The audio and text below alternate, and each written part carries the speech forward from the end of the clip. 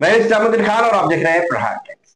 जानवर चोरी करने के मामले में एक आरोपी जो गंदे नाले में जाकर छिप गया था, लेकिन पुलिस ने इसे गंदे नाले से भी गिरफ्तार कर लिया, जिसके बाद इसे सर्विस सेंटर ले जाया गया और इस आरोपी को उस सर्विस सेंटर पर धुला गया।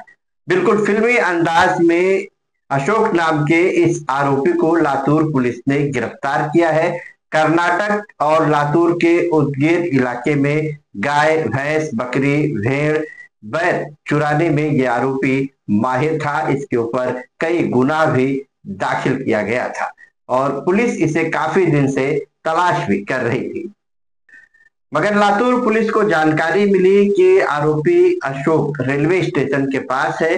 पुलिस जब इसे अशोक को पकड़ने के लिए वहां पहुंची तो ये एक गंदे नाले में जाकर छिप गया, लेकिन पुलिस ने इसे गंदे नाले से भी पकड़ लिया, जिसके बाद गाड़ी धुलाने के लिए जो सर्विस सेंटर है उस सर्विस सेंटर पर इस आरोपी को लेकर जाया जाता है और सर्विस सेंटर पर इस आरोपी चोर को वहां धुलाया जाता है। धुलने के बाद इस चोर को फिर पुलिस जो है थाने के लिए आगे रवाना होती है। हालांकि इस दौरान ये आरोपी काफी भागने की कोशिश करता है, लेकिन ये भागने में कामयाब नहीं हो पाता है। इस पूरे मामले को लेकर पुलिस इंस्पेक्टर राजकुमार पुजारी ने क्या जानकारी दी है, आपको सुनाते हैं। उदगीर ग्रामीण पोलीस स्टेशनला 700/24 हा म्हैस चोरीचा गुन्हा दाखल आहे। आमच्या पोलीस स्टेशनला जवळपास 2024मध्ये एक 5 गुन्हे म्हैस चोरीचे, जनावर चोरीचे दाखल आहेत।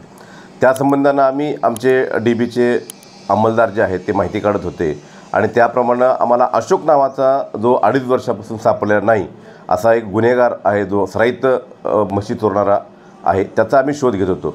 गुप्त बातमीदारामार्फत आम्हाला माहिती मिळाली की सदरचा अशोक हा उदगीरच्या रेल्वे स्टेशनवरती आहे आणि त्याबरोबर आम्ही सापळा त्या ठिकाणी रचला, परंतु आरोपी हा सराईत आणि चपळ असल्यामुळं तो त्या ठिकाणी पळत जाऊन रेल्वे पट्टीच्या बाजूलाच असलेल्या समतानगर त्या परिसरामध्ये एका नालीमध्ये जाऊन तो लपून बसला।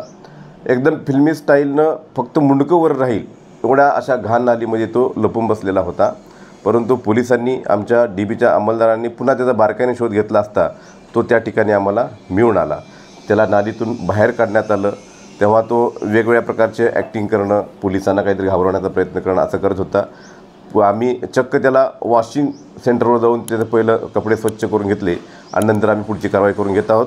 सदर आरोपी हा यापूर्वी तोगरी किंवा कर्नाटकमध्ये गुन्हे केल्याचं आहे। आता आम्ही त्याच्याकडनं सध्या PCR घेऊन पुढील कारवाई करत आहोत।